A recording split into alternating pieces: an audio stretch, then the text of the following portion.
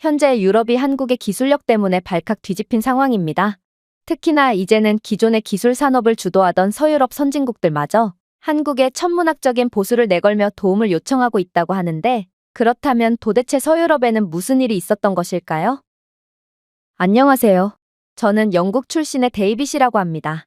저는 영국 최고의 철도회사에서 평생을 몸담고 있고, 현재는 간부로서 여러 막중한 책임감을 느끼고 있는데요. 그리고 다소 특이한 점이라면, 최근에는 제 아들 에이든도 저희 회사에 입사를 하게 된 거였습니다. 피는 못 속인다고 아들 또한 제 철도 사랑을 그대로 물려받은 모양이었는데, 아니, 어쩌면 제 아들은 저보다도 더한 철도 애호가라고 볼 수 있을 것 같았죠. 왜냐하면 저는 철도 기술을 연구하는 연구원으로 커리어를 시작했지만, 아들은 책상 앞에서 펜대나 굴리는 건 너무 지루하지 않냐며, 자신은 기차를 직접 뜯어보고 만져보고 싶다며 철도 엔지니어의 길을 택했거든요. 그렇게 저희 부자는 같은 회사 소속이지만 하는 일은 완전히 다른 상황이 펼쳐졌죠. 그리고 최근에는 이러한 저희 가족의 운명을 완전히 뒤흔드는 사건이 터지게 되었습니다. 그건 바로 한국이 영국의 런던과 브라이튼을 잇는 기차를 건설하는 수주를 맡게 되었기 때문인데요. 사실 조금 자존심이 상하긴 하지만, 아무리 명색이 기차를 세계에서 가장 먼저 개발한 영국이라지만 지금의 상황은 많이 달라진 상황이기에 이건 불가피한 결정이긴 했어요. 영국은 분명 기차 기술력은 충분하지만 뒤처진 첨단 기술력 때문에 기차의 차세대 기술을 개발하는 데는 실패하고 말았거든요. 그 결과 각종 지연에 더해 시스템 고장은 너무나도 흔한 일이 되어버렸고, 기차에 대한 신뢰도는 점점 바닥을 기어가는데, 높아진 인건비 때문에 문제를 개선할 여지는 없는 그야말로 이도저도 아닌 상황이 되어버렸습니다. 즉, 이제는 영국은 단순한 빠른 기차 이상의 똑똑한 기차가 필요하다는 것이죠. 지연이 발생하기 전에 예측하고 실시간 교통 상황에 적응하는 그런 미래에서나 볼 법한 기차 말입니다. 결국 영국은 이번 런던과 브라이튼을 잇는 노선에 첨단화된 외국 기차를 수입하는 다소 자존심이 상하지만 불가피한 결정을 내릴 수밖에 없던 것인데요.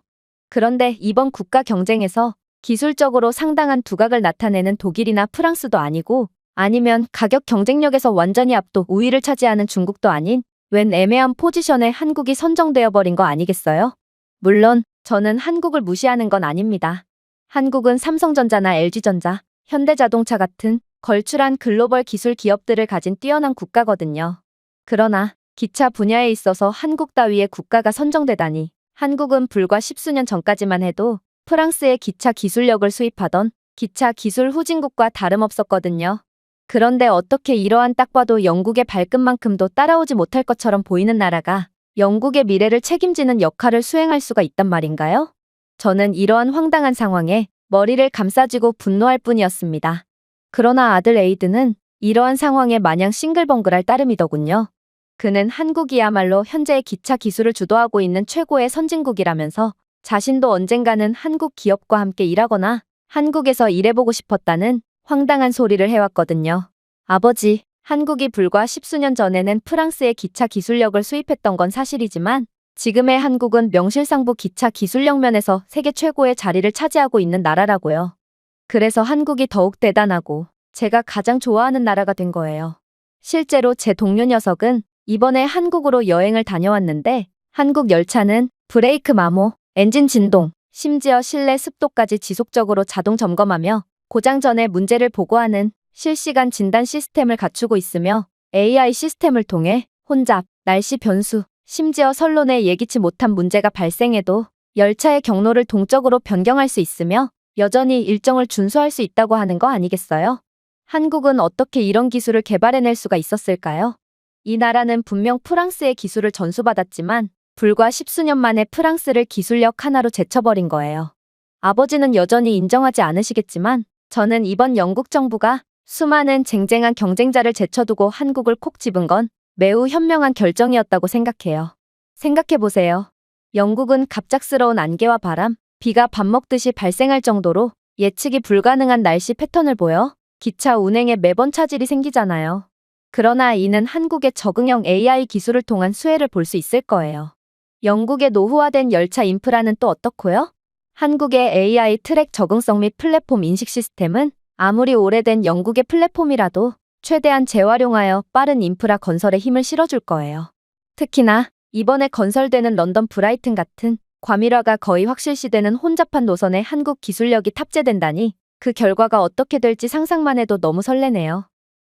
이러한 아들의 한국에 대한 극찬에도 저는 여전히 회의적인 감정을 느낄 뿐이었습니다. 그래도 제 눈에는 아직 한국의 기술력이 애매해 보였고 또 중국이 내건 터무니없는 단가를 생각하면 이건 저렴하게 기차 인프라를 확충할 수 있는 좋은 기회가 아니었나 싶었거든요. 그러나 아무튼 윗선에서는 최첨단 기술력을 도입하는 중요 사업 부문에는 한국을 택하고 별다른 기술력이 필요하지 않은 기초적인 기반 공사는 압도적인 단가를 제시한 중국을 택했기에 저는 그저 이러한 현실을 울며 겨자먹기로 받아들일 수밖에 없었죠. 영국은 세계에서 가장 먼저 철도를 개발한 국가답게 도시 곳곳에는 역사적인 플랫폼들이 즐비해 있는데 이러한 기존의 플랫폼들을 최대한 활용하면서도 플랫폼을 새로 지어야 하는 경우 중국 시공사가 맡기로 했으므로 아무래도 중국은 매우 제한적인 역할만을 맡은 것답게 빠르게 일을 마무리하고 한국에 바통을 넘겨줄 거라고 예상되었는데요. 그런데 기차만 보면 완전히 정신이 나가버리는 에이든은 이번에도 돌발 행동을 하는 거 아니겠어요?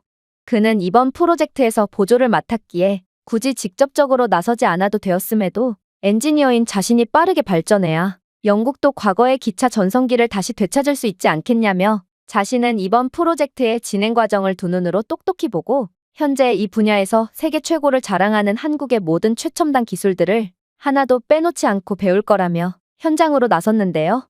도대체 철도에 관한 것이라면 이젠 저보다도 빠삭하게 된 에이든이 왜 한국 따위의 국가를 찬양하는지 도저히 이해가 안 갔던 저였지만 정말로 에이든은 한국 소리만 나오면 눈빛이 광기로 물들기 시작했고 저는 그런 에이든을 차마 말릴 수가 없었습니다.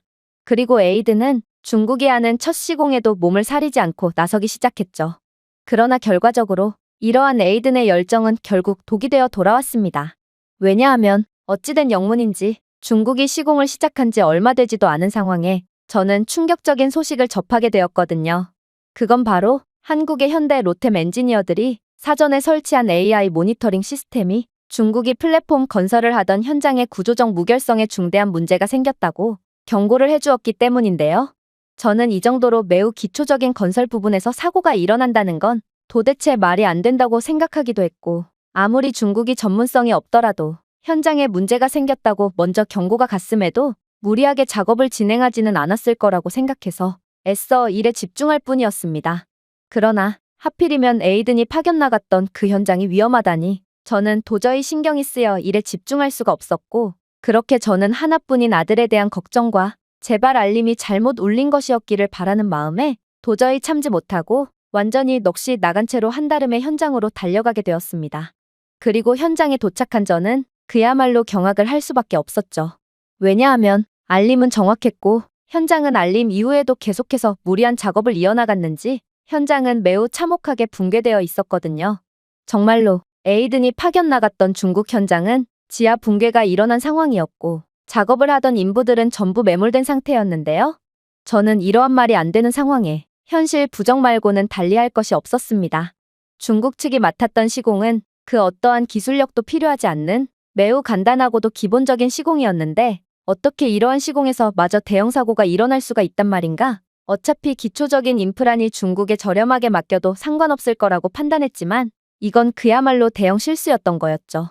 하지만 더 충격적이었던 점은 따로 있었습니다. 바로 중국 측은 도대체 매몰된 인부들을 구출할 생각이 있긴 한 건지 참혹한 현장을 보고도 그저 멀뚱멀뚱 강 건너 불구경을 하고 있었거든요. 결국 저는 이들이 비정상적인 스트레스 수치를 감지한 센서의 경고 알림을 받고도 의도적으로 무리하게 작업을 진행했을 뿐더러 사고가 난 지 꽤 되었음에도 아직 구급차에 신고조차 안 한 상태였다는 것을 알게 되었고 이러다 에이든이 정말로 죽을 수도 있겠다는 생각에 패닉에 빠져 현장 책임을 맡고 있는 중국인 간부의 멱살을 쥐고 흔들었습니다. 이봐, 지금 무슨 짓을 하고 있는 거야? 당장 구급시설에 신고를 해도 모자랄 판에 신고는커녕 시시덕거리며 웃고 떠들기나 하고 있어? 지금 내 아들이 저곳에서 죽어가고 있다고. 하지만 이러한 제 다급한 절규에도 불구하고 중국인 책임자는 경악을 금치 못할 이야기를 해올 뿐이었습니다. 그는 사람이 너무 많다라며 정체불명의 말을 읊조리더니 이내 중국에서는 공사를 하다가 사람 몇 명 사라지는 건 일도 아니라면서 괜히 일을 키워서 공사 일정만 연장시키지 말고 자신이 중국 정부에 요청해서 보상으로 판다를 대여해주라고 힘 좀 써줄 테니 이번 일은 없던 걸로 묻고 가자는 미친 소리를 해왔거든요. 알고 보니 중국 현장 감독관은 한국의 기술력 덕분에 위험을 사전에 감지했음에도 무리하게 작업을 강행했던 게 맞았고, 또 이들은 각종 허가 문서를 위조해서 표준 이하의 재료를 사용해 부실 공사를 했던 것으로 들통이 났는데요. 심지어 한국은 중국에 제대로 된 설계도를 넘겨줬으나 중국은 이러한 설계도를 센티미터가 아닌 인치로 측정했기에 더욱 부실하고 불안정한 건설을 했을 뿐더러 집안도 형편없이 약한 곳에서 플랫폼 건설을 시작했기에 현장 붕괴는 그야말로 예정된 수순과 다름이 없었죠. 이건 정말 기초 중에서도 가장 기초적인 부분이었기에 저는 너무나도 어처구니가 없어서 이런 말도 안 되는 실수를 한 중국 시공사에 이젠 화조차도 나지 않았는데요. 그런데 더 어처구니가 없었던 건 알고 보니 중국 시공사가 내건 터무니없는 건설 단가에는 이러한 실수에 대한 비용이 포함되어 있던 거 아니겠어요? 왜냐하면 중국은 인건비 절감을 위해 노동자들을 죄다 자국의 떠돌이고와 청소년들, 죄수들을 강제로 동원해서 무료 노동력을 이용하고 있었기에 이들이 전문성이 있을 리가 없었기 때문이었습니다.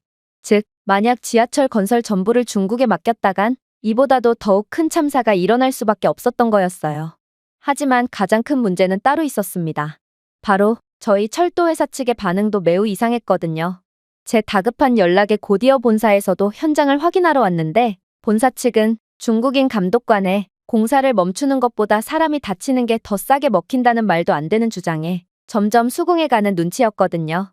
아니, 지금 당장이라도 아들을 구해도 모자랄 판국에 지금 대체 뭐 하자는 짓인가? 저는 이젠 눈에 뵈는 것이 없어 날뛰기 시작했는데요. 하지만 영국 본사 측은 정말 믿기지가 않는 충격적인 주장을 해올 뿐이었습니다. 아직 당신의 아들이 매몰되었다는 증거가 없어요. 그러길래 왜 시키지도 않은 짓을 해서 상황을 복잡하게 만드는 건가요? 저희 회사 소속의 노동자들은 보조 역할만 맡았지 위험한 일은 전부 중국 측이 맡기로 했잖아요. 아무튼 중국 측에서는 모든 근로자들을 연고가 없는 고아나 죄수들만을 동원했기에 이들이 매몰된다고 해서 어떠한 기록이 남는 것은 아니니 그냥 이들을 구하지 않고 작업을 이어나가도 별 문제가 되지 않는다고 했어요. 생각해보세요. 건설 현장은 시간이 곧 돈이에요. 영국은 안 그래도 예산이 부족해 중국 시공사를 썼는데 매몰 현장 구조 비용에는 70억 원 이상의 천문학적인 자금이 투입되어야만 하고 또 여기에 프로젝트 지연에 대한 비용으로 추가적인 지출을 피할 수 없으니 저희 입장에서는 매몰된 인부를 구하지 않는 것만으로도 100억 원 규모의 쓸데없는 지출을 피할 수 있어요. 어차피 중국인 노동자들의 목숨값은 전혀 없으니 제외하더라도 당신은 당신의 아들이 100억 원의 가치가 있다고 생각하시나요? 그리고 애초에 당신의 아들이 이곳 현장에 매몰되었을지도 확실치 않을 뿐더러 지금은 시간이 꽤 지난 상황이므로 어쩌면 당신의 아들은 이미 지하에서 싸늘한 주검이 되었기에 이미 구조하기엔 너무 늦은 상황일 수도 있잖아요. 즉, 구조 작업은 무의미하다는 것이죠. 당신도 우리 회사의 간부급의 직책을 맡고 있는 만큼 회사는 대를 위해 소를 희생하는 집단이라는 것을 모르지는 않을 거라고 생각합니다. 부디 회사 측을 이해해 주었으면 좋겠군요. 그러면서 그는 이러한 충격적인 매몰 사건을 이악 물고 부정하기 시작하는 거 아니겠어요? 저는 이러한 냉혹한 현실에 그대로 무릎을 꿇을 수밖에 없었고 아무도 저와 제 아들의 편이 돼주지 않는 상황에 오열을 할 수밖에 없었습니다. 같은 회사조차 아들이 생존하는 것보다 그대로 현장에서 죽었기를 바라는 것 같았고 저는 돈 때문에 같은 회사 직원들조차 헌신짝 취급하는 영국의 차가운 사회적 분위기에 토악질이 나올 정도로 역함을 느꼈죠. 그런데 그때 놀라운 일이 벌어지기 시작했습니다. 바로 중국의 기반 시공이 끝나고서야 움직일 예정이었던 한국인 감독관 병수 씨가 나서더니 이내 경악을 금치 못할 주장을 해오기 시작했거든요. AI 시스템이 경보를 울려서 와봤더니 역시나 이럴 줄 알았습니다. 중국이라면 경보조차 무시한 채 작업을 강행하다가 결국 사고를 칠 거라고 생각은 했는데 결국 이런 대참사가 일어났군요. 그런데 이게 지금 무슨 일이란 말입니까? 지금 사람 목숨이 오가는 상황에서 돈과 목숨을 저울질이나 하고 있다니 당신들이 그러고도 영국 최고의 철도 기업이라고 할 수 있는 것입니까? 당신들이 하지 않겠다면 우리 한국 기술자들은 자체 기술력으로 매몰된 인부들을 구조하겠습니다. 한국인들은 절대로 사람들을 두고 떠나지 않거든요. 단 한 명도 말입니다. 당신들이 얼마큼의 형편없는 개인주의 문화를 가졌는지는 모르겠지만 적어도 한국인들과 함께 일을 하는 이상 이런 경우에 절대로 우리를 거스를 수는 없어요. 정말로 한국 측은 다른 파트너들의 망설임에도 불구하고 일방적으로 전면적인 구조 작전을 시작했는데요. 일단 현대 측은 원래 트랙 테스트를 위해 설계된 100억 원 규모의 AI 스캐닝 시스템을 재배치하여 무너진 챔버 위에 토양 무결성을 매핑했어요. 역시나 중국은 플랫폼을 집안이 약한 잘못된 곳에 설치한 걸로 드러났기에 구조 작업은 2차 붕괴의 위험성 때문에 훨씬 더 위험한 상황이었는데요. 하지만 한국인들은 이러한 절망적인 상황에서도 생면부지의 다른 국적 외국인들의 목숨을 살리겠다고 하나같이 목숨을 걸고 구조를 부르짖더라고요. 뒤늦게 도착한 영국의 구조대원들은 이 현장은 도저히 가망이 없다며 하나같이 고개를 절레절레 가로젓다가도 이러한 한국인들의 이타적이고도 존경스러운 마음가짐을 본 뒤에는 정신이 돌아오며 한국인들의 행동에 따르겠다는 입장을 밝혔죠. 사실 저는 이제 아들을 구할 수 있는 건가 싶어 희망을 느끼면서도 여전히 불안감이 떨어야 했는데요. 사실 매몰 현장은 붕괴에 의한 부상도 치명적이지만 산소 부족으로 인해 질식사를 하는 경우도 상당히 많기에 빠른 구조 시간이 생명과도 같거든요. 그런데 멍청하고 돈만 밝히는 사람들 때문에 구조 작업은 터무니없이 늦게 진행되었기에 아무리 생각해도 아들이 살아 돌아올 가능성이 거의 없었습니다. 그래서 저는 본격적인 구조 작업이 시작되기도 전에 그대로 용기를 잃고 무릎을 꿇고 오열을 하고 말았어요. 그때 한국인 감독관 병수 씨가 또다시 제게 다가오더니 이내 충격적인 행동을 하기 시작하는 거 아니겠어요? 그는 제 손을 꼭 맞잡더니 놀라운 말을 해왔거든요. 지금 이 현장에서 당신의 아들이 살아있다고 믿는 사람들은 몇 명이나 될 것 같나요? 그런데 우리마저 당신의 아들을 믿지 않는다면 그땐 정말 우리는 조금의 희망도 꿈꿀 수 없게 되어버리는 거예요. 자, 고개를 드세요. 당신의 아들은 분명히 무사히 구조될 수 있을 거예요. 한국은 급속한 경제 발전을 거치면서 이러한 사고 현장을 너무나도 많이 겪었고 우리는 한 명의 아들들이라도 더 살리기 위해 기술력을 발전시켜 결국 구조의 전문가로 발돋움했어요. 용기를 가져봅시다. 저는 그의 따뜻한 말에 다시금 이성을 되찾기 시작했고 그렇게 주먹을 꽉 쥔 채 아들을 기다리기로 했습니다. 그리고 그렇게 시작된 구조 작업에서 한국은 그야말로 원맨쇼로 모든 현장을 뒤집어 놓기 시작하더라고요. 일단 한국은 본격적인 구조 작업이 진행되기 전 LG CNS에서 자체 제작한 드론을 통해 잔해 필드의 전체 3D 매핑을 하기 시작했는데요. 이를 통해 구조대원들은 최적화된 현장 진입로를 찾을 수 있었고 또 생존자들이 어디에 매몰되어 있는지를 정확히 인지할 수 있었습니다. 또한 열화상 스캔은 5A 구역에 웅크리고 있는 매몰된 2명의 작업자를 감지했고 플랫폼 반대쪽 끝에 있는 콘크리트 슬래브 아래에서 또 다른 2개의 인체 열 신호를 감지할 수 있었는데요. 그리고 7C 구역에는 10수명의 사람들의 인체 신호가 감지된 걸로 보아 아무래도 이들은 전부 매몰된 중국인 인부들처럼 보였어요. 그러나 이러한 희소식도 잠시 다시금 절망적인 상황이 펼쳐지기 시작했습니다. 바로 한국의 기술력을 통해 CO2 및 습도 측정 결과 매우 제한적인 호흡의 존재를 확인했는데 문제는 이러한 호흡 신호는 매우 약하고 산소 농도가 매우 적은 걸로 보아 이들에게 남은 산소는 거의 없다는 것을 유추할 수 있었거든요. 이대로라면 현장에 매몰된 인부들은 구출을 하기도 전에 전부 산소도 부족한 좁은 공간에서 질식으로 사망하는 상황이었기에 저는 이러한 끔찍한 상황에 결국 가까스로 되찾았던 용기가 무참히 박살나며 또다시 그대로 주저앉을 수밖에 없었어요. 에이든이 없는 삶은 도저히 상상할 수가 없었거든요. 그러나 한국 측은 또다시 기적을 보여주기 시작했습니다.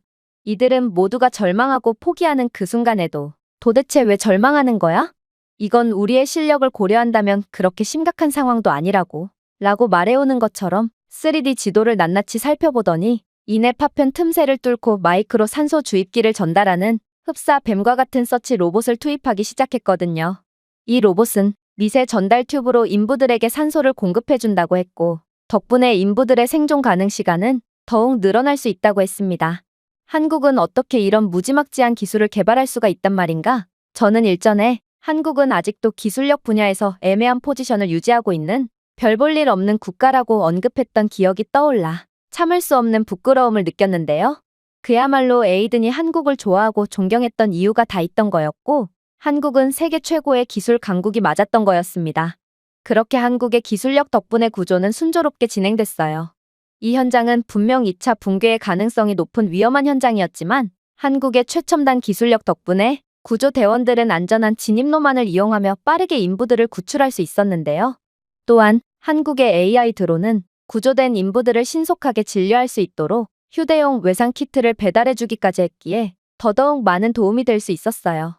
그리고 드디어 에이든이 구조되어 나왔을 때 저는 그야말로 절규를 하며 에이든을 끌어안았습니다. 이걸 다행이라고 해야 할지 에이든의 온몸에는 외상으로 가득했지만 그래도 목숨에는 전혀 지장이 없는 상황이었는데요. 결국 한국 덕분에 모든 상황은 기적적으로 빠르게 마무리되었고 생존된 인부들은 다 저마다의 가족의 품으로 돌아갈 수 있게 된 것입니다.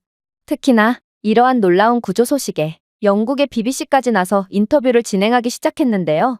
기자는 한국인 병수 씨에게 100억 원 규모의 구조 노력이 그만한 가치가 있는지를 물었고 병수 씨는 지금까지도 회자되는 놀라운 답변을 해서 더더욱 영국 전역을 발칵 뒤흔들어 놓기도 했죠. 우리는 100억 원을 구조하지 않았습니다. 영국의 한 명의 아들과 3명의 아버지, 그리고 중국의 젊은이들을 구조한 것이죠. 돈이 아니라 아버지와 아들입니다. 가장 귀중한 것을 구한 것이죠. 그렇게 상황은 진정되었고 현장은 비용이 조금 더 들더라도 한국이 하나부터 10까지 전적으로 모든 것을 맡아 담당하는 것으로 일단락되었습니다. 그리고 저는 한국인 병수 씨와 다시 재회하게 되었고 도대체 한국은 어느 틈에 이렇게나 무지막지한 구조 기술을 개발할 수 있었냐는 질문을 건네게 되었죠. 불과 10수년 전까지만 해도 프랑스로부터 기차 기술력을 수입하던 나라가 이러한 짧은 시간 만에 기적적인 기술력을 가지게 되었다는 건 아무리 봐도 말이 안 됐거든요. 그러자 한국인 병수 씨는 놀라운 대답을 해오기 시작하더라고요. 10수년이라는 세월은 영국에서나 짧은 시간이지 한국에서는 기적을 만들어내기에 충분한 시간이에요. 왜냐하면 한국은 얼마 전까지만 해도 지구상에서 가장 가난한 나라 중 하나였지만 지금의 한국은 그 짧은 시간 만에 대부분의 선진국들을 추월해버렸거든요. 물론 한국의 구조 기술은 하루아침에 얻어진 것이 아니죠. 대부분의 개발도상국들이 그렇듯 한국도 처음에는 안전이라는 개념 자체가 없는 국가였거든요. 한국전쟁의 참혹한 시기 이후 한국의 1인당 국민소득은 $100 미만이었고 이때의 한국인들은 생존을 위해 수백만 명이 위험하고 힘든 노동을 감수해야만 했어요. 당연히 안전은 사치였고 사고는 빈번했죠.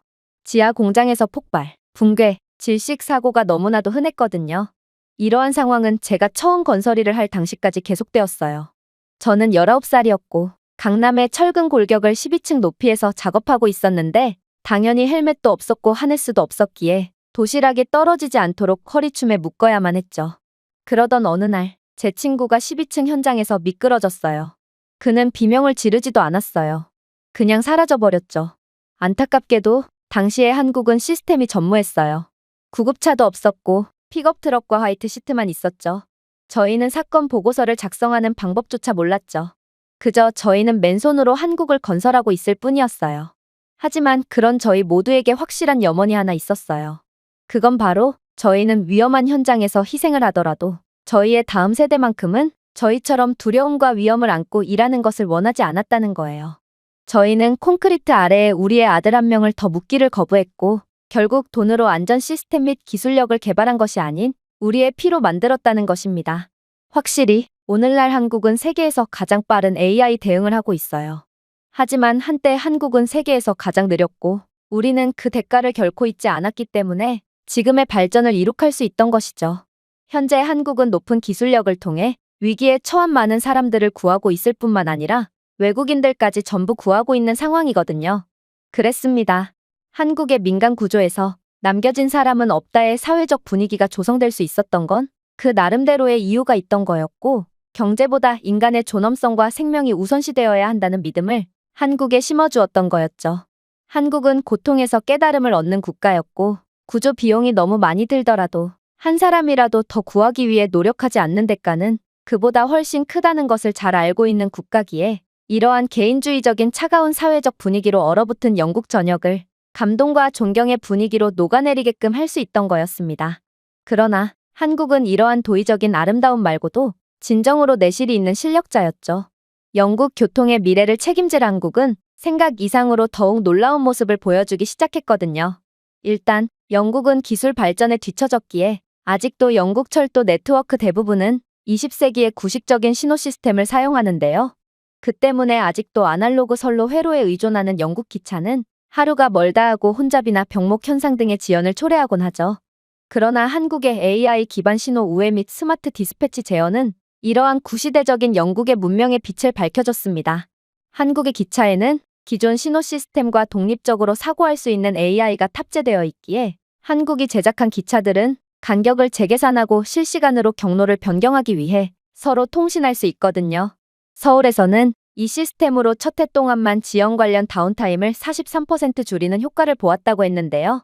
따라서 이는 영국의 구식적이고 비효율적인 시스템에서 훨씬 더 큰 효과를 보여줄 게 분명했어요. 그러나 한국의 무엇보다도 소름 돋는 점은 따로 있었죠. 바로 영국은 최초로 열차를 개발한 나라답게 열차 플랫폼과 관련한 역사적인 건축물들이 상당히 많은데요. 하지만 열차의 무지막지한 진동으로 인해 이러한 역사적인 유적이 붕괴되는 일이 종종 발생하곤 합니다. 그러나 한국이 개발한 최첨단 열차는 이러한 도저히 피할 수 없을 것 같던 불상사를 원천 차단하는 거 아니겠어요? 아니, 한국의 기차는 영국의 기차보다 훨씬 빠른 시속을 자랑하고 시속이 빠를수록 더욱 많은 진동이 발생하는 건 당연한 일인데 어떻게 한국은 이러한 당연한 자연의 법칙까지 거스를 수가 있단 말인가요? 그러나 저는 곧이어 밝혀진 한국의 타의 추종을 불허하는 아이디어에 혀를 내두르고 말았습니다. 바로 한국은 역사적인 영국 터널에 이상적인 저소음 저진동 셰시를 개발했기에 진동으로 인한 유적물 파괴를 완전히 방지할 수 있던 거거든요. 심지어 영국은 날씨가 상당히 좋지 않은 국가로 안개, 바람, 갑작스러운 비로 인해 시도 때도 없는 열차 지연이 발생하곤 하는데요. 그런데 한국은 이러한 도저히 극복할 수 없을 것만 같았던 천재지변까지 전부 극복해버리는 미친 국가였다는 것이 밝혀지게 됩니다. 한국은 이러한 예측 불가능한 날씨 패턴을 보정하는 AI 기술로 지연이나 피해를 최소화해 주었거든요. 보통 안개나 폭우로 인한 가시거리 확보 불가나 천재지변으로 인한 선로 고장이 발생하면 대부분의 선로가 연결되어 있는 기차의 특성상 한 곳의 지연이 다른 곳으로까지 전부 번지게 되어 전국적인 마비 상태가 발생하는데요. 그러나 한국이 개발한 기차는 AI 최적화 기술을 통해 자동으로 최적화 선로를 찾아갔고 AI는 매분 500개 이상의 네트워크 변화를 시뮬레이션하기에 예상치 못한 천재지변에도 효과적으로 대응할 수 있도록 했죠. 즉, 한국의 AI 기술력은 아무리 천재지변이라도 최고로 효율적인 우회 경로를 찾아주기에 아무리 천재지변이라고 해도 끄떡없을 수가 있던 것입니다. 하지만 한국 기술력의 정점을 보여준 아직까지도 믿기지 않는 부분은 따로 있습니다. 바로 한국은 출퇴근 시간대와 같은 영국의 고질적인 혼잡 문제마저 기술력 하나로 완벽하게 해결해 주었거든요. 일단 영국은 그 어느 나라보다 수도권 쏠림 현상이 심한 국가인데요. 대부분의 영국인들은 저렴한 주거비용의 수도권 외곽에 살면서도 일은 런던에서 하고 있기에 출퇴근 시간대의 혼잡은 정말 악몽과도 같거든요. 그런데 한국은 이러한 영국의 고질병이자 영국 시민들의 삶의 만족도를 급하락시키는 요소를 완벽하게 해결해 주었죠. 바로 한국은 AI 기술을 통해 AI 기반 군중 흐름을 예측했고 빅데이터를 통해 시간대별 승객들의 숫자를 거의 정확히 예상해냈는데요. 결국 이에 맞는 최적화된 배차 간격 조정 및 스케줄 조정을 자동으로 해냈고 이건 기존의 사람이 직접 손글씨로 스케줄을 짜던 영국의 시스템과 비교했을 때 완벽한 혁신을 이룬 방법이었기에 저희 회사의 모든 관계자들은 한국의 이러한 미친 듯한 기술력에 전부 혀를 내두르고 말았습니다.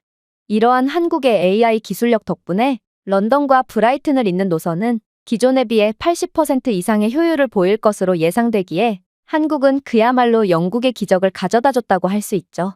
사실 저는 이러한 한국과 영국의 압도적인 기술 격차에 약간의 현타를 느끼기도 했는데요.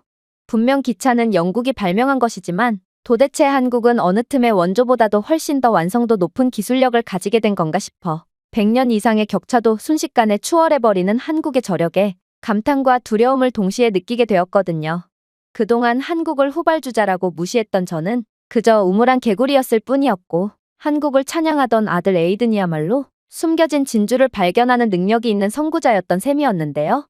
저는 이제 성장 동력이 떨어진 영국이 한국의 기술력을 다시 따라잡기는 틀렸다고 확신하는 상황에 만약 에이든이 그렇게나 존경에 마지 않던 한국에서 기술을 배울 수만 있다면 한국과 함께 더더욱 성장하며 최고의 기차 엔지니어가 될 수 있을 거라고 확신했고 그렇게 에이든의 미래를 위해 아들을 한국으로 보내기로 결정하게 됩니다.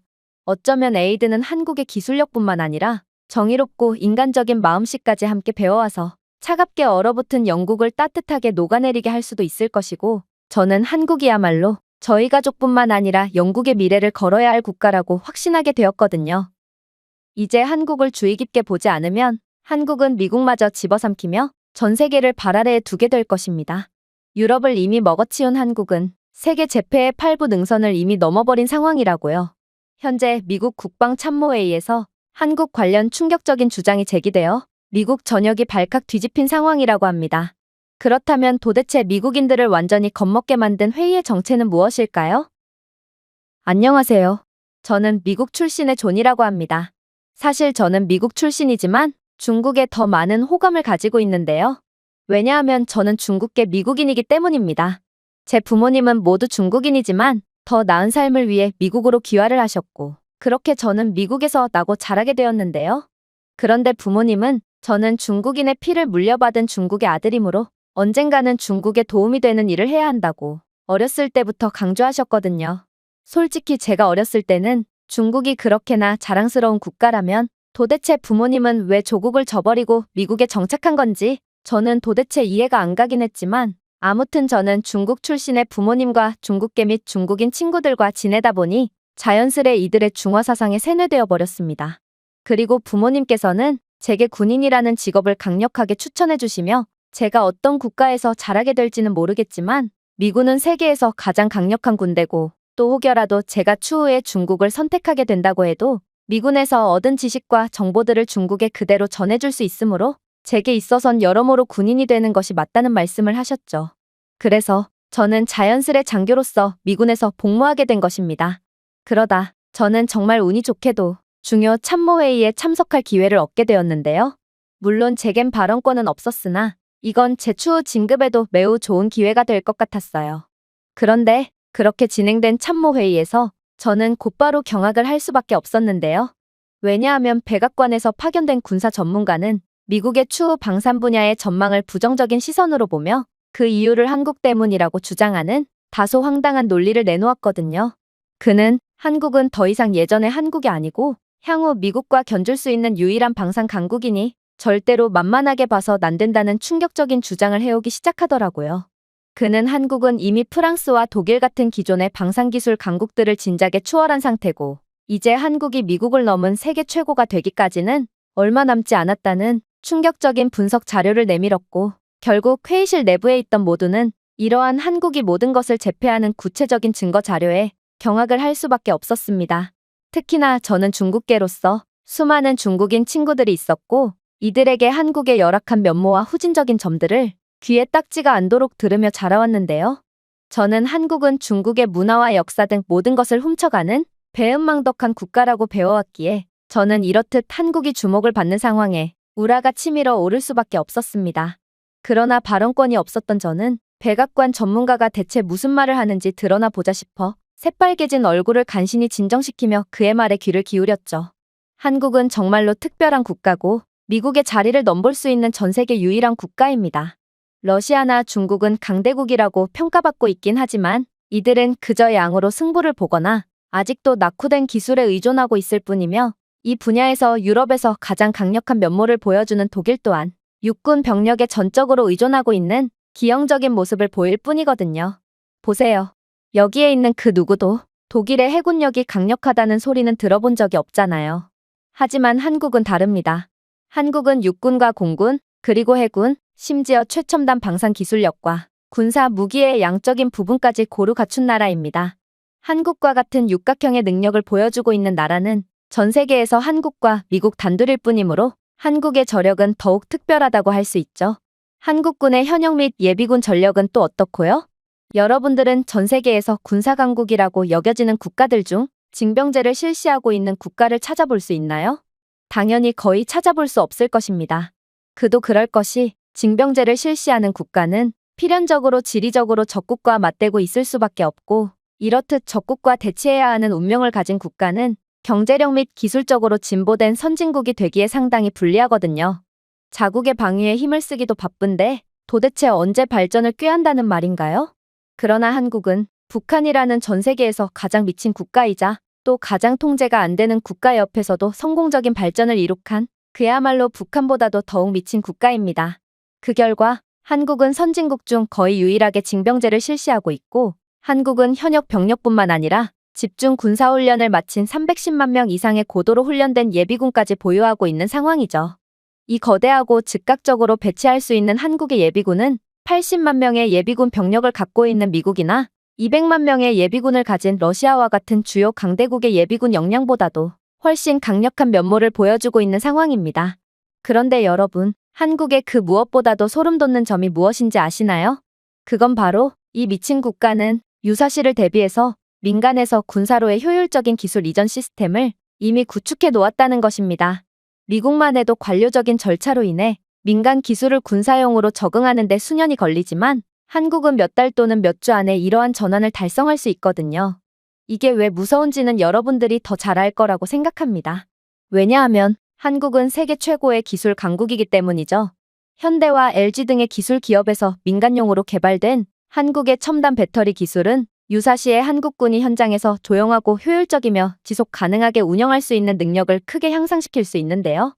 실제로 한국은 민간 기업의 군 분야에 대한 기술 확장으로 자신들의 배터리 기술력을 드론, 휴대용 레이더, 전기 전투 차량에 빠르게 도입했으며 그 외에 한국이 특히나 두각을 나타내고 있는 분야인 최첨단 반도체 분야는 한국의 무기 성능을 극한으로까지 끌어올리고 있는 중이죠. 현대 자동차 그룹이 파트너십을 맺고 제작한 자율 전투 차량은 또 어떻고요? 현대는 한국군과 협력하여 구상부터 운용 시험까지 단 12개월 만에 완전 자율주행 장갑차를 빠르게 개발했고 이러한 자율주행 차량은 병사의 취약성을 크게 줄여 현재 동종 국가와 비교조차 할 수 없는 매우 효과적인 무인 작전 능력을 제공하고 있는 중입니다. 일반적으로 미국이나 유럽의 자율주행 군용 차량은 개념부터 현장 시험까지 3에서 5년이 소요되는 것을 고려한다면 한국이 얼마나 강력한 기술력을 가졌고 동시에 얼마나 효율적인 시스템을 가지고 있는지를 여실히 느낄 수 있는 부분이죠. 그러나 한국의 가장 두려운 기술은 따로 있습니다. 그건 바로 삼성전자와 한화가 협력하여 만든 AI 감시 시스템이죠. 삼성전자는 한국군과 긴밀히 협력하여 밀리초 내의 적의 움직임을 정확하게 파악할 수 있는 첨단 AI 기반 CCTV 감시 시스템을 개발했는데요. 덕분에 한국군은 적의 침투를 즉각적이고 정확하게 식별하여 국가 안보를 획기적으로 강화할 수 있는 실시간 AI 강화 감시 능력을 갖추게 되었고, 이는 안정성과 정확성을 높일 뿐만 아니라 병력을 더욱 적재적소에 투입할 수 있어 상당한 이점을 가지게 되었습니다. 그러나 한국이 정말 미친 국가라는 것을 여실히 느낄 수 있는 부분은 따로 있습니다. 그건 바로 한국은 겁을 주면 겁을 줄수록 때리면 때릴수록 주눅 들고 겁을 먹기는커녕 더욱 강해지고 단단해지는 미친 국가라는 것입니다. 한국은 북한의 지속적인 위협과 중국, 러시아의 압박에 둘러싸여 있는 최악의 지정학적 환경을 가진 국가입니다. 하지만 한국이 어떤 길을 걸어왔는지를 좀 보세요. 북한은 2022년에만 40회 이상의 미사일 실험을 실시했을 정도로 지속적인 미사일 위협을 가했지만 한국은 이에 따라 미사일 방어 기술을 빠르게 업그레이드하여 2년 이내에 첨단 요격 미사일의 작전 배치를 달성했습니다.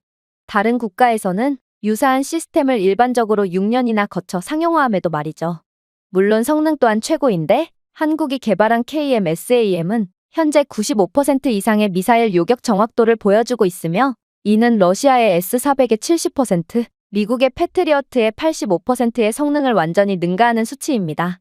더욱 놀라운 건 한국은 안보에 있어서 만족과 안주라는 것은 없다고 느꼈는지 2톤의 인상적인 탑재량으로 최대 800km 떨어진 목표물을 정밀하게 타격할 수 있는 현무포 탄도미사일을 신속하게 개발하여 배치했는데 문제는 이는 단 3년 만에 달성한 성과라는 것입니다. 다른 국가들에서는 유사한 미사일 시스템을 배치하는데 일반적으로 9년이 걸린다는 것을 고려한다면 위기 속에서 더욱 단단해지는 한국은 다른 국가들보다 3배나 빠른 발전 속도를 보인다고 할 수 있는 것이죠. 물론 해군력도 마찬가지입니다. 생각해보세요. 한국은 10년 전까지만 해도 해군 분야에 대해서는 아예 이름조차 없는 국가였습니다. 그러나 중국과 북한의 해군 압박이 거세지자 한국은 첨단 수직 발사 미사일 시스템을 갖춘 최초의 3,000톤급 디젤 전기 잠수함을 단 5년 만에 개발하여 배치했습니다. 이는 다른 나라의 해군 프로그램에서 일반적으로 요구되는 13년보다 훨씬 빠른 수치고 한국은 단기간에 달성하기엔 불가능한 것처럼 보였던 전략적 억제 능력을 확보하여 이 지역의 해군력 균형을 크게 변화시켰죠. 자, 이제 이런 무지막지한 나라가 전 세계의 기술 수주 사업을 독차지하며 미국을 위협하고 있습니다. 이미 유럽은 한국의 기술력에 의해 완전히 집어삼켜졌고 이대로라면 미국만 남은 상황이죠. 저는 이러한 말도 안 되는 상황에 도저히 화를 주체하지 못하고 말았습니다. 한국은 분명 남이 문화나 훔쳐대는 원시 국가인데 도대체 이런 나라가 뭐가 우수하다고 미국을 넘어서니 많이 하는 거란 말인가요? 결국 저는 발언권이 없었음에도 불구하고 마이크 쪽으로 뛰쳐나가 열변을 토하고 말았죠. 글쎄요. 한국은 일단 중국부터 이기고 와야 하지 않을까요? 현재 명시되어 있는 무기 성능만 보더라도 중국은 한국을 압도하고 있는 상황인데 어떻게 한국이 미국을 뛰어넘을 거라느니 하는 말씀을 하실 수가 있죠? 아무리 한국이 미국의 동맹국이라고 해도 요즘 너무도 많은 미국의 전문가들이 한국을 과대평가하며 이들이 마치 세계 최고라는 듯 말하는 것 같네요. 하지만 현실은 미국을 뛰어넘을 국가는 전 세계에서 오직 중국밖에 없을 것입니다. 그러나 백악관 군사 전문가는 제 말에 그저 헛웃음만 짓는 이해 못할 반응을 보일 뿐이었고 이내 경악을 금치 못할 말을 해오기 시작하더라고요. 당신은 미국인인가요? 아니면 중국인인가요? 뭐 중요하지 않습니다.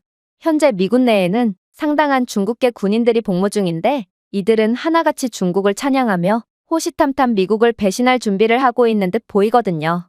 아무래도 당신도 그러한 불순한 무리들 중 하나겠죠. 그러나 잘 보세요. 전 세계 그 누구도 중국이 명시해놓은 무기의 성능을 그대로 믿지 않습니다. 중국은 성능 조작 및 성능 뻥튀기로 사기를 치는 국가거든요. 하지만 한국은 전혀 다릅니다. 한국의 무기는 명시된 성능보다 오히려 실제 성능이 더욱 우수하거든요. 이러니까 한국이 미친 국가라고 불리는 것입니다. 한국이 폴란드에 수출한 K9 썬더 자주포만 해도 그렇죠. 2022년 폴란드는 러시아의 우크라이나 침공 이후 현대식 포병 시스템을 긴급히 요구했고 폴란드는 당초 1년 이내에 인도가 시작될 것으로 예상했던 한국으로부터 K9 썬더 자주포 212문을 인수하는 대규모 계약을 체결했는데요. 하지만 한국은 협정 체결 3개월 만에 예정보다 9개월 앞당겨 K9 24대를 1차로 인도해 폴란드군 관계자들을 깜짝 놀라게 했습니다.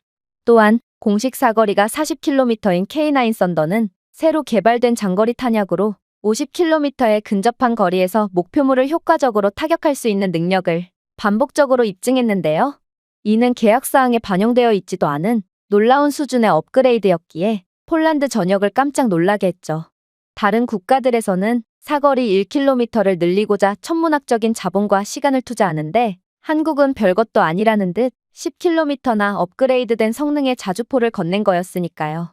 하지만 결과적으로 이러한 한국의 명시된 성능보다 오히려 좋은 미친 면모는 이에 큰 감명을 받은 폴란드로부터 K2 전차 1000대를 수출하는 최고의 결과를 이끌어냈고 이로 인해 한국은 상당한 부를 쌓을 수 있었죠. 심지어 이번 계약을 담당하던 폴란드의 고위 사령관은 대부분의 국가들은 군사 장비를 계약하면 기본 1년은 늦어지고 약속한 성능을 30% 줄이지만 한국은 1년을 빼고 20%의 성능을 더합니다. 이게 바로 우리 모두가 좋아하는 한국식 셈법이고 폴란드는 계속해서 형제의 국가 한국에서 무기를 수입할 것입니다. 라는 이례적인 발표까지 하는 등 한국은 폴란드와도 매우 우호적인 관계를 쌓을 수 있었습니다. 물론 한국의 현대 롯템이 노르웨이에 수출한 K2 블랙팬서 탱크는 더욱 미친 듯한 모습을 보여주었죠. 세계에서 가장 진보된 주력 전차 중 하나로 널리 알려진 현대 롯템의 K2 블랙팬서는 2023년 노르웨이 관리들에게 전례 없는 조기 인도와 약속된 능력을 뛰어넘는 성능으로 노르웨이뿐만 아니라 유럽 전역에 깊은 인상을 남겼거든요. 노르웨이는 주문한 탱크를 2년 이내에 인도받을 것으로 예상했지만 현대 롯템은 생산 일정을 앞당기고 첫 번째 K2 탱크 배치를 예정보다 10개월 앞당겨 14개월 이내에 인도했는데요. 심지어 공식 문서에는 120mm 대포의 최대 유효 사거리가 4km로 나와 있지만 노르웨이는 군사 실험 동안 이 전차는 5km가 넘는 거리에서 일관되고 정확하게 목표물을 명중했다는 사실을 인지하게 되기도 했습니다. 덕분에 노르웨이 육군은 95%를 초과하는 거의 완벽한 작전 가용률을 보고했으며 이는 일반적인 나토 장갑차 평균인 약 80%를 훨씬 상회하는 수치였기에 유럽 전역을 경악의 도가니에 빠뜨렸죠. 그러나 한국의 반응은 더욱 전 세계를 놀래켰습니다. 한국은 산악 국가라 5km가 넘는 평지가 존재하지 않는다. 그래서 정확한 실험이 어려웠다라는 입장을 밝히며 이 나라의 기술력은 세상에 알려진 것보다 훨씬 더 뛰어나다는 것을 여실히 보여줬거든요. 한국이 UAE에 수출한 천궁2 미사일 방어 시스템은 또 어떻고요? 천궁2는 공식적으로 최대 20km 고도에서 최대 40km 떨어진 목표물을 요격한다고 명시되어 있지만 실시간 시험에서는 광고된 사양을 훨씬 초과하는 실제 요격 범위를 보여주었고 45km 이상의 모의 적 미사일을 지속적으로 무력화하는 데 성공했거든요. 즉, 현재 폴란드가 한국을 형제의 나라라고 부르며 한국 무기만 수입하겠다는 공식적인 입장을 밝힌 이유가 다 있다는 것입니다. 폴란드는 이러한 한국의 명시된 성능보다 실제 성능이 훨씬 뛰어난 기이한 면모를 진작에 눈치챘고 한국 무기를 수입하는 건 최고의 무기를 더욱 저렴하고 빠르게 구매하는 것이라는 것을 파악하고 있기 때문인 것이죠. 그러나 중국은 어떤가요? 확실히 양국이 명시해놓은 성능만 놓고 보자면 중국의 무기는 한국의 무기 성능을 압도하는 것처럼 보입니다. 하지만 한국의 방산무기는 유럽 전역에서 엄청난 인기를 끌고 있지만 왜 중국은 유럽으로 무기를 수출하는 것을 꿈처럼 여기고 있음에도 유럽은 한국산 무기보다 뛰어난 것처럼 보이는 중국산 무기를 쳐다도 보지 않는 것일까요? 중국의 무기는 그저 동남아 및 아프리카 등의 가난한 국가들만 구매해 갈 뿐이거든요.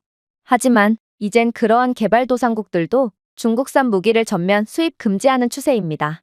이들은 중국 무기를 10개 살 바엔 돈을 더 모아서 한국 무기 1개를 사는 게 더 이득이라는 것을 몸소 깨달았거든요. 일단 가장 큰 피해자는 바로 파키스탄입니다. 인도와 파키스탄은 역사적으로도 상당한 앙숙관계고 서로의 국경지대에서 총격전까지 벌일 정도로 사이가 안 좋다는 것은 많은 분들이 알고 계실 겁니다. 그런데 중국을 선택한 파키스탄은 그런 인도 앞에서 자존심을 완전히 구겨버리고 말았죠. 중국이 발표한 중국의 JF-17 썬더의 스펙은 한국산 전투기보다 훨씬 우수한 명목적인 성능을 자랑했고 파키스탄은 부푼 꿈을 안고 저렴한 데다 성능까지 우수해 보이는 중국산 전투기를 구매하는데요. 하지만 파키스탄의 기대와는 달리 현실은 악몽과도 같았습니다. 중국은 여전히 자체 엔진을 개발할 기술력이 없었고 러시아의 구식 엔진을 그대로 사용하고 있었는데 이 엔진은 과열과 소프트웨어 결함으로 인해 비행 중에 엔진을 정지시키는 문제가 있었거든요. 결국 파키스탄 공군은 훈련 중에 추락사고로 여러 대의 JF-17과 숙련된 파일럿을 잃는 있어서는 안 되는 사고를 겪게 됩니다. 심지어 파키스탄이 수입한 중국산 전투기는 1960년대에 설계된 인도 공군의 구형 미그 21 전투기에 의해 격추당하고 많은 말도 안 되는 사건까지 겪게 되는데요. 파키스탄은 차세대 중국 전투기를 위해 수십억 달러를 지불했지만 60년 된 비행기에 의해 그것도 그렇게나 증오하는 국가의 전투기에 의해 처참하게 격추를 당한 것입니다. 심지어 중국산 JF-17 전투기는 레이더 시스템의 소프트웨어 버그로 인해 적 항공기를 제대로 조준하지도 못했기에 파키스탄은 이러한 장식용 전투기를 전부 폐기 처분하며 돈을 아끼려다 오히려 엄청난 손해를 입게 되었습니다. 즉, 중국이 밝힌 명목상의 성능은 전부 성능 뻥튀기 및 조작이었던 거였죠. 하지만 중국의 최악인 이유는 따로 있습니다. 바로 중국이 나이지리아에 수출한 노린코 VP-10 장갑차는 조그마한 충격에도 폭발하는 그야말로 자폭 장갑차의 면모를 보여줬거든요. 중국산 장갑차는 RPG의 조그마한 파편에도 그대로 파괴되어 차량 전체가 폭발해버렸을 뿐만 아니라 장갑은 기본적인 7.62mm 탄환조차 막지 못해 병력을 극도의 위험에 빠뜨렸고 나이지리아의 더운 현장에서 계속 고장나는 엔진은 덤이었기에 결국 나이지리아는 중국은 나이지리아에 방탄도 되지 않는 방탄 차량을 판매했다라며 공식적으로 항의함과 동시에 모든 중국산 장갑차를 폐기 처분해버렸죠. 자, 이제 충분한 설명이 되었나요? 중국 따위는 거론조차 할 필요가 없는 국가라는 것이고 미국은 오직 한국만 걱정하면 되는 겁니다. 중국은 한국의 상대조차 안 되고 1000년이 지나도 국제 무기 수출이 절대로 불가능할 테니까요. 생각해보세요. 중국산 무기는 그저 싼 맛에 사는 박리담회일 뿐인데 안정성이 그 무엇보다도 중요한 방산 분야에서 어떻게 경쟁력을 발휘하겠어요? 당신은 전시 상황에서 무기가 고장나거나 스스로 자폭해버리면 얼마나 큰 피해로 작용할지 상상이나 해봤나요? 그러니 중국은 각종 싸구려 공산품 수출의 경우에는 저품질 저가 정책이 가능했을지 모르겠지만 무기 수출의 경우에는 이러한 저품질을 낮은 가격으로 뭉개는 정책 따위는 절대로 통할 수가 없다는 것입니다. 목숨과 전쟁의 승패가 달려있는데 도대체 누가 믿을 수도 없는 중국산 저품질 무기를 구매하겠어요? 자, 중국 이야기 따위는 이제 그만합시다. 아무튼 이런 한국이기에 미국은 넋놓고 있다간 그대로 한국에 먹히게 된다는 것입니다. 주한미군만 해도 그렇죠. 현재는 한국으로 파견 간 주한미군 중 대다수가 미국으로 다시 돌아오지 않는다는 객관적인 통계까지 존재하는 상황인데 왜 미국의 군사기관들은 이러한 분석 자료에 대응하지 않는 건가요? 우리는 반드시 한국으로 파견 간 미군들이 한국에 자신의 운명을 거는 이유를 분석해야 할 것이고, 그러지 못한다면 미국은 10년 내로 한국에 완전히 먹히고 말 것입니다. 저는 그야말로 패닉에 빠질 수밖에 없었습니다. 한국이 이렇게나 우수한 나라였다니 이건 도저히 믿기지도 않았고 믿고 싶지도 않았거든요. 그래서 저는 자기 합리화를 시작했어요. 저는 백악관 전문가는 미국의 동맹국인 한국을 띄워주기 위해 거짓말을 했다고 생각하게 되었는데, 도대체 한국 따위의 소국이자 개발도상국으로 가기 위해 미국이라는 나라를 버리는 건 말이 안 돼 보였거든요. 특히나 저는 주한미군으로 파견 가 있는 동료들을 꽤나 많이 알고 있었기에 그렇게 그들에게 직접 연락을 취해보기도 했습니다. 그리고 저는 오랜만에 동료들에게 연락을 돌림과 동시에 경악을 금치 못할 소식을 전달받게 되었죠. 바로 제가 연락을 취하자 한국으로 파견 갔던 동료들은 죄다 미국으로 다시 돌아오지 않고 한국에서 눌러 살기로 결정했다는 충격적인 답변을 건네왔거든요. 저는 이러한 상황에 완전히 넋이 나갈 수밖에 없었습니다. 솔직히 미국은 수많은 중국인들이 불법적으로 건너오면서까지 살고 싶어하는 나라인데요. 그런데 중국인들은 목숨을 걸고 넘어오는 미국인들은 되려 한국으로 가기 위해 조국을 버리고 있다니, 이건 중국의 위대함을 완전히 부정하는 충격적인 상황이었죠. 저는 이러한 현실이 도저히 믿기지가 않았고 직접 한국에 가보지 않으면 안 되겠다는 생각까지 하게 되었는데요. 그렇게 저는 훈련소에서부터 꽤나 친하게 지냈던 데클런에게 연락을 취하게 되었고, 그는 안 그래도 혼자 살아서 적적하던 차였다며 제게 흔쾌히 자신의 방을 제공해 주겠다는 말을 건네오더라고요. 그렇게 저는 겨우 휴가를 내서 한국에 있는 데클런의 집으로 향하게 되었습니다. 그리고 저는 도대체 무슨 바람이 불었는지, 혹은 한국에 단단히 세뇌를 받아서인지 한국에서의 정착이라는 잘못되도 아주 잘못된 결정을 내린 데클런을 안타까운 눈으로 바라볼 뿐이었죠. 하지만 데클런은 그런 저를 보고 여유있게 웃어 보이더니 이내 충격적인 답변을 건네오더라고요. 존, 너는 오랜만에 봐도 옛날과 똑같구나. 너는 여전히 자기중심적이고 전혀 근거 없는 편견에 사로잡혀 있어. 사실 나는 내가 왜 그렇게 한국을 미워하고 무시하는지 이해가 안 가. 분명 미국은 전 세계 최강이고 많은 미국인들이 자신들의 조국을 자랑스럽게 생각하고 있지만, 글쎄, 과연 삶의 질적인 측면에 있어서도 미국이 최강일까? 존, 세상은 내가 생각하는 대로만 흘러가지 않아. 잘 봐. 내 생각대로 외국 기지에 배치된 대부분의 미군 병사들은 결국은 정해진 임무 기간이 끝나면 곧바로 미국으로 귀국하곤 해. 그러나 한국은 파견된 대부분의 병사들이 영구 체류를 결정하는 거의 유일한 나라야. 다른 국가들로 파견된 대부분의 병사들은 미국으로 다시 돌아가는 날짜가 다가올 때까지 열심히 날짜를 세지만, 한국에 주둔하는 많은 미군들은 자발적으로 파견 기간을 연장하거나 아예 떠나지 않고 한국에 그대로 남는 결정을 하거든. 정말로 이러한 재미있는 현상은 우리가 휴가를 받은 상황에 더욱 여실히 드러나는데, 대부분의 주한미군들은 휴가를 받아도 집으로 돌아가는 비행기를 예약하기는커녕 지급받은 휴가여비로 오히려 한국 여행을 즐기곤 하지.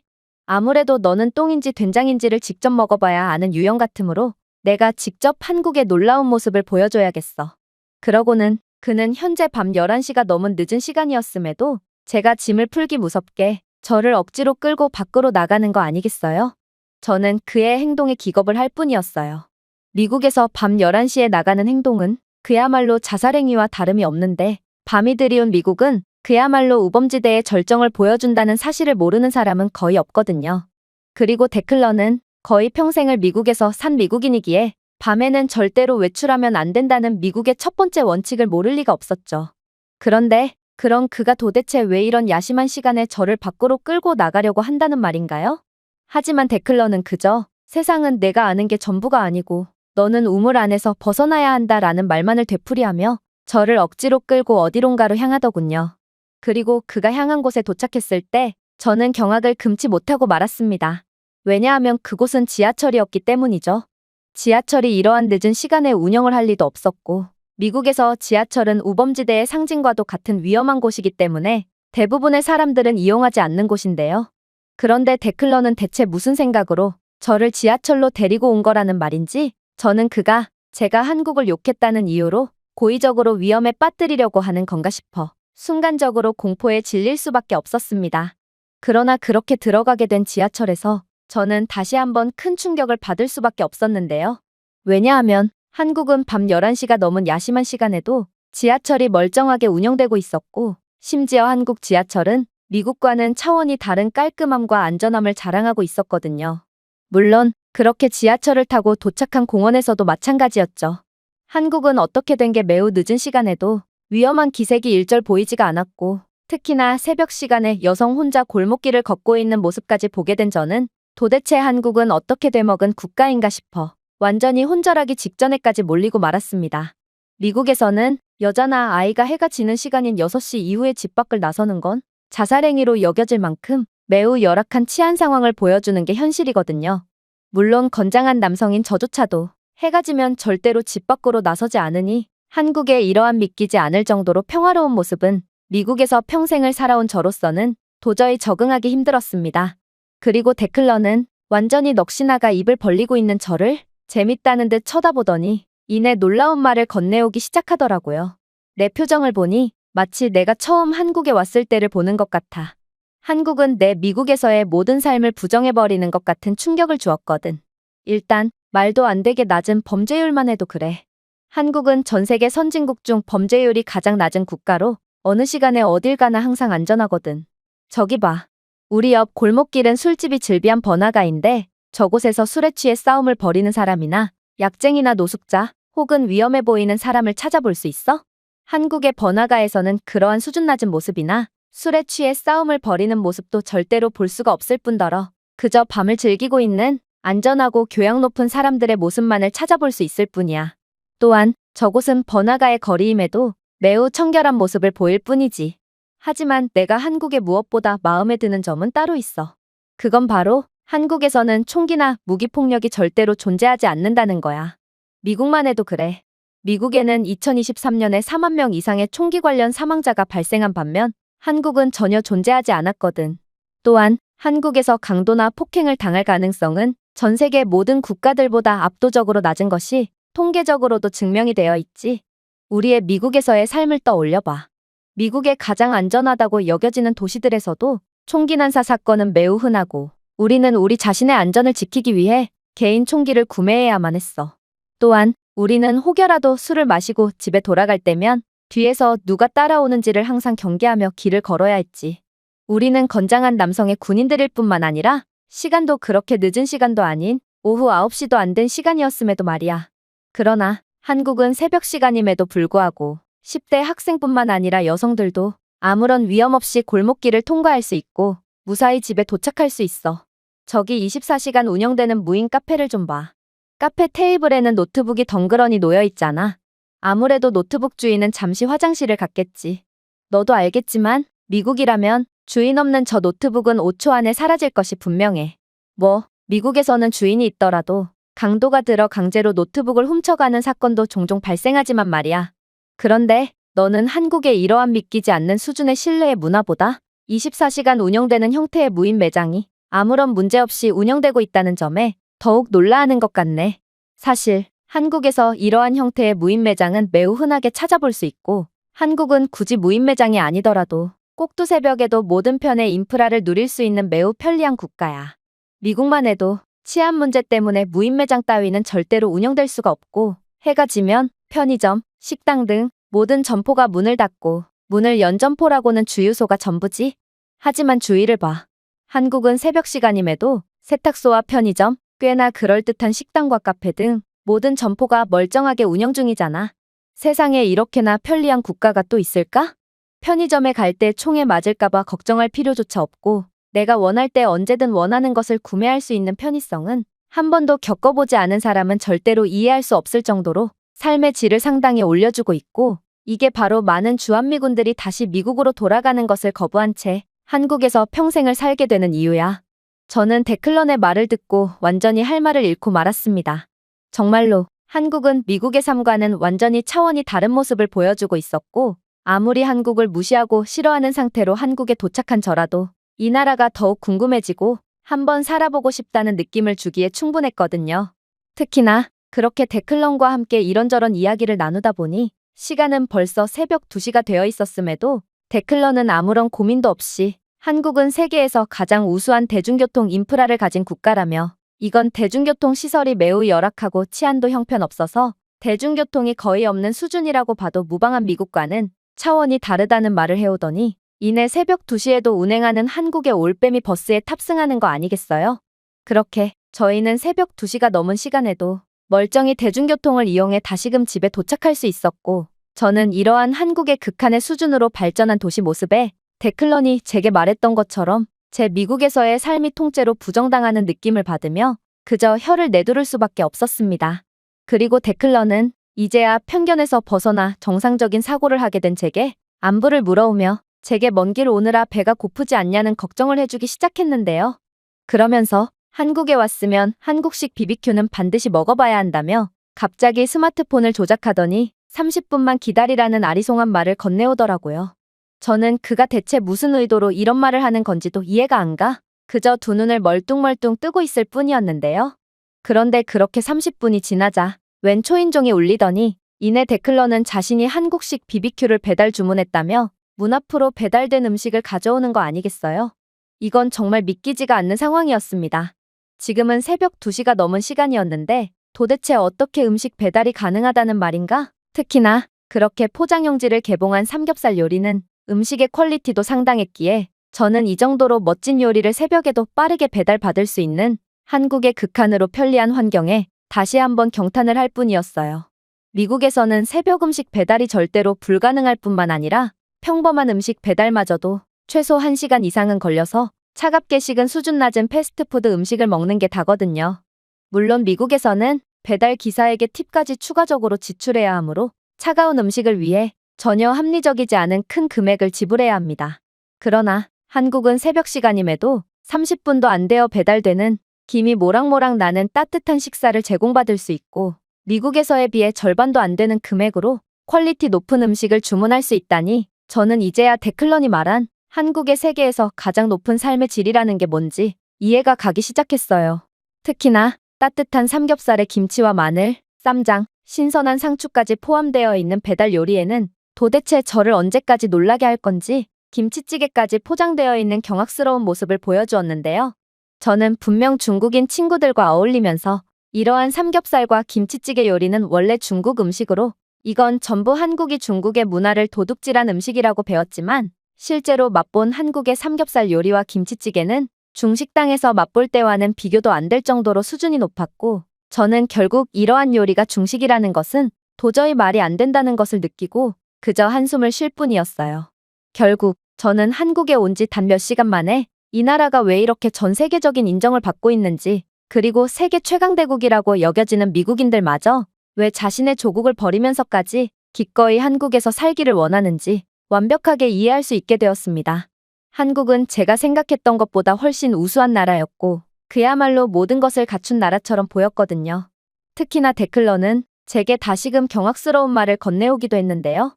대다수의 주한미군들은 전역 후에 영어 강사 등으로 일하며 새로운 삶을 준비하지만 요즘 한국은 전 세계적으로 너무 유명해졌고 이미 수많은 외국인들이 한국에서 살기를 원하므로 그러한 영어 강사 일자리를 구하는 것도 이젠 하늘의 별 따기 수준으로 어려워졌다고 했거든요. 그야말로 한국에는 수많은 고급 인력과 자본이 몰리고 있으므로 한국은 계속해서 발전할 일만 남은 셈이었죠. 저는 이 나라가 도대체 앞으로 얼마나 발전할까 싶어 두려움마저 느끼고 말았는데요. 분명 백악관의 군사 전문가는 한국을 그대로 두었다간 미국은 몇 년 내로 한국에 완전히 집어삼켜진다고 말했지만 현재 한국으로 모든 기술과 자본이 몰리고 있는 이러한 상황을 직접 지켜본 저로서는 몇 년이라는 시간이 갈 것도 없이 단 1, 2년 만에 한국과 미국의 국제적 위상이 완전히 뒤바뀔 것처럼 보였거든요. 그리고 저는 분명 한국이 후진적인 국가고 이런 한국을 견제할 이유는 일절 없다는 것을 증명하려고 이곳에 왔지만 정신을 차려보니 저는 휴가를 연장하고 한국에서 추가적으로 체류하고 있는 제 자신을 발견하게 되었는데요.